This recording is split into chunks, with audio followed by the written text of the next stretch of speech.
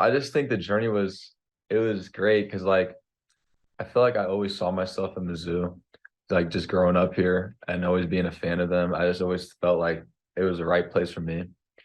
And when I finally got to campus and I finally got to really connect with the coaches and all the other recruits there, I just felt like it was the place for me. And I felt it in my gut and I just knew that I needed to commit. Yeah, talk to me about some of your early interactions with Coach Drink and the other members of the coaching staff, just that kind of, made you feel like you were at home.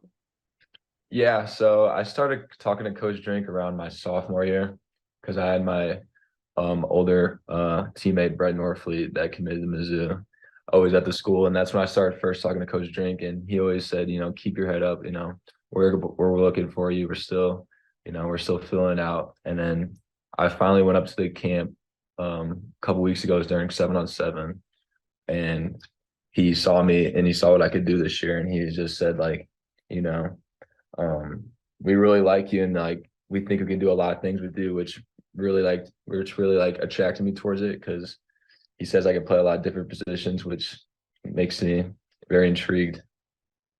Yeah, the decision to stay home, obviously you built those connections with Coach Drink, but just the decision to have your family right down the road, how big of a part was that for you? I think it's a huge part of it because I'm really close to my family. And just the little hour and a half drive it is just to get right down to Columbia is really nice for them just to always come up and see me. Especially the first year, it's like a big transition. And I think it'll be nice just to have them down the road.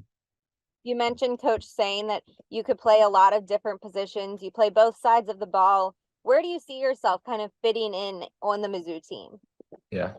I think I could see myself as a more of an H-back tight end, a guy that can move around and create mismatches for the team. And I think that's where they want to see me. They want to see me get an open field against smaller guys or slower guys and make something happen. I think all the Mizzou fans right now in every college sport, when they get a commit, they want to make sure that even though it's 2 years away, that they're going to stay until then. Just get your message to Mizzou fans. I'm staying home. It's a place I want to be, and I'm not going anywhere. You obviously have one more year of high school football to get through. You guys coming off of a big season, state championship last year. What's some of the goals that you're setting for yourself and the team this upcoming season? I definitely think the team goal and everybody goal around me is to, make it back, just make sure everybody knows that it wasn't a one-time thing, it wasn't a one-year thing, and I think we can do it with what we bring back.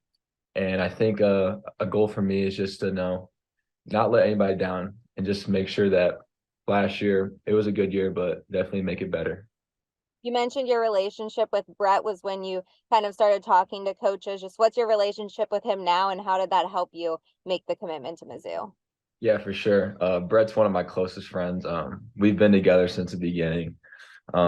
He's really helped me a lot through high school and just what to do. He was a very talented guy, and I really looked up to him and I appreciated him, and that's really a nice connection to have there at Mizzou.